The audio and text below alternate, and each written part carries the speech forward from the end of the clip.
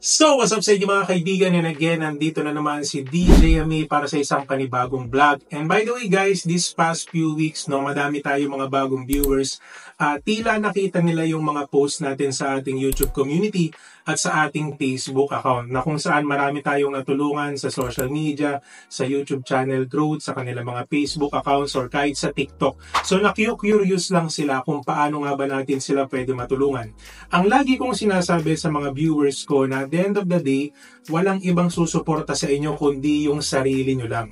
Okay? Kasi madami pa rin hanggang ngayon. So, ang taon ngayon, syempre, year 2024 na, hindi pa rin maiwasan na yung ibang mga bago dito sa social media, nag-i-stick sila dun sa word na support. Support each other. And para sa akin guys, hindi na siya effective as of now. Okay? Kasi yung suportahan sa social media, okay, wala namang problema. But ang ibig ko sabihin dito guys, kung dyan lang tayo lagi aasa at hindi tayo marunong gumawa ng ating mga content, is paano tayo magkakaroon ng audience, okay? Kasi sa YouTube guys or sa Facebook, ang binibuild up natin dito is target audience. Hindi yung mga susupport sa ating content. Ang ibig ko sabihin guys, itong mga target audience na to, sila yung mga tao na babalik-balikan yung mga videos natin kasi sila yung mga tao na target ng videos natin. Nagigets nyo po ba yung ibig ko sabihin? Hindi katulad ng mga supporters lang na kung saan hindi naman talaga sila interesado dun sa mga videos mo. Nagkataon lang talaga na siguro humingi ka ng pabor sa kanila and eventually tsaka kanila susuportahan. Ang pinagkaiba nito sa audience or target audience is sila yung mga nag-aabang ng vlogs mo na kumbaga walang kapalit, na alam kasi nila na at the end of the day may matututunan sila sa mga videos mo. Okay? Pero ngayon guys, hindi natin pagpupukusan yon. Ang pinakang topic natin for today is ano nga ba yung paraan na naisasuggest ko dun sa mga natutulungan natin dito sa social media. That's why nag-grow sila, namo-monetize sila, and at the same time, unti-unti silang nag-grow or nagiging successful yung channel nila. So, hindi na natin papatagalin to guys. Let's go!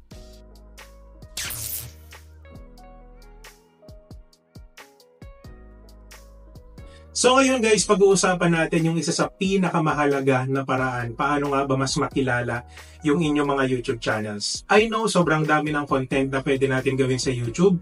Pagluluto, travel, so more on information, informative vlogs, entertainment, comedy, so personal vlogs, lifestyle, etc. at marami pang iba.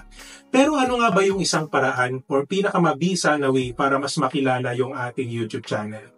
So ngayon guys, ipinapakilala ko sa inyo yung tinatawag namin na promotional system.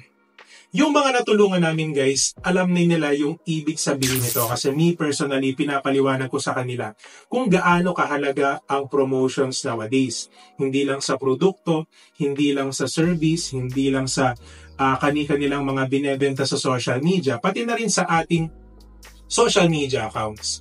Ito kasi yung kadalasan na kulang ng iba. Maganda yung content nila, maganda naman yung editing, at the same time may matututunan ka naman, pero hindi sila nabibigyan ng pagkakataon para mas makilala yung channel nila sa mas malawak na audience. It's either dito sa Pilipinas or sa ibang bansa. Okay? So, dun sa promotional system natin guys, as you can see, dun sa mga nakapost sa ating YouTube community, lahat ng yun nabigyan ng chance para mas makilala yung mga channel nila, yung videos nila, depende kung nasa ang bansa sila, nasa Pilipinas man sila, or abroad. Okay? Yung ibig ko sabihin mga kaibigan is that nabibigyan ng opportunity ang isang channel na mag-grow. Depende sa content na meron siya. As long as magustuhan ng mga target viewers niya yung audience, so magkakaroon siya ng mga new viewers. Alam naman natin sa YouTube guys, ang pinakamahalaga dito is ma-monetize ang channel and at the same time consistent yung mga viewers natin or sabihin natin mas lumalawak yung viewership. Okay, kasi alam naman natin sa YouTube guys na ang ating revenue ay nakadepende sa watch page ads. Pag sinabing watch page ads guys, ito yung makikita nyo kalimitan sa mga videos natin, yung mga ads. Diba? So ibig sabihin kung walang nanonood ng videos natin, walang lalabas na ads, so hindi tayo magkakaroon ng revenue sa watch page ads. Yung pangalawa naman guys, sa ating shorts, short videos, meron na din pong revenue yan. So malaking bagay din po na talagang mag-focus din kayo sa shorts. Okay? And then syempre, another source of revenue membership, super chats, super stickers, and marami pang iba. At ito guys yung lagi kong sinasabi sa mga natutulungan natin. At the end of the day, walang mabilis na proseso. Kayo pa rin ang gagawa ng magiging kapalaran ng channel nyo. So ito yung lagi kong tinatanim sa mga utak ng mga nakakausap natin sa social media. Ang aking ibig sabihin guys, hindi porket natulungan sila ng promotion, tuloy-tuloy na. No? Kumbaga nakadepende pa rin sa kanilang sistema, pamamaraan kung paano nila mame-maintain yung viewers na meron sila. Kumbaga ang promotions, ang pinakang trabaho nila dito is mapakilala yung channel nila locally, internationally. But it doesn't mean na dun lang sila dedepende.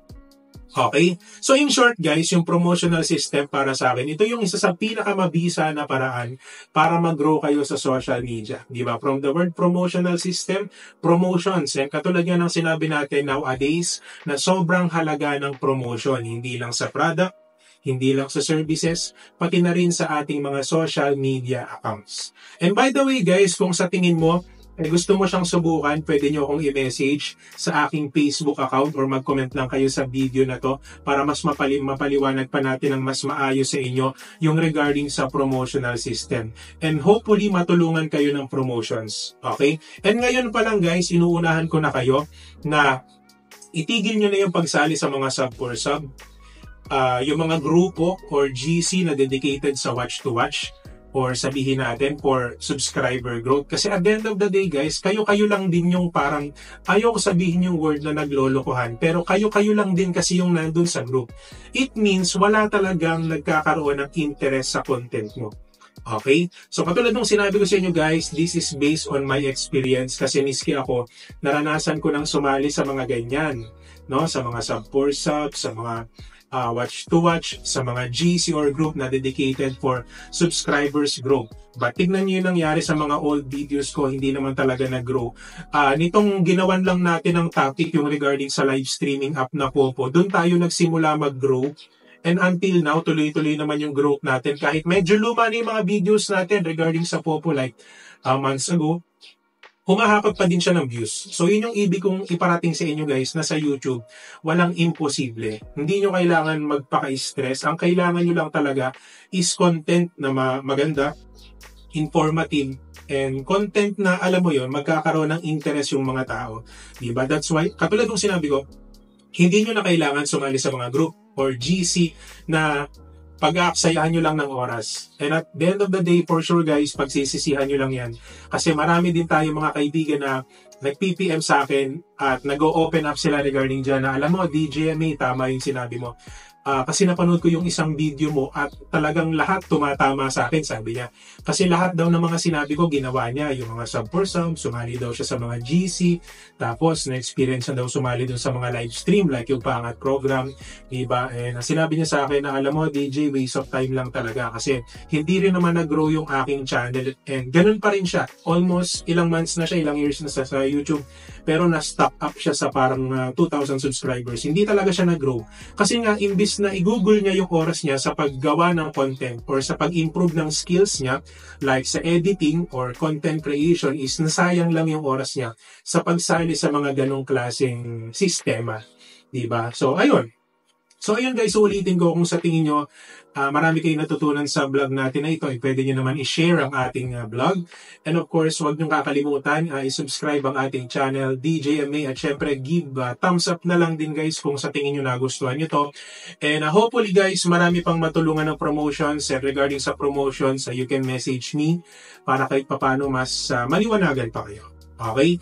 So, yun lang naman guys. No? Again, you can check our YouTube community. So, nakapost lahat doon nung natulungan natin. And of course, our Facebook account para makita niyo yung legitimacy ng aking binabanggit. Okay? Ayun guys, yun lang. Maraming salamat.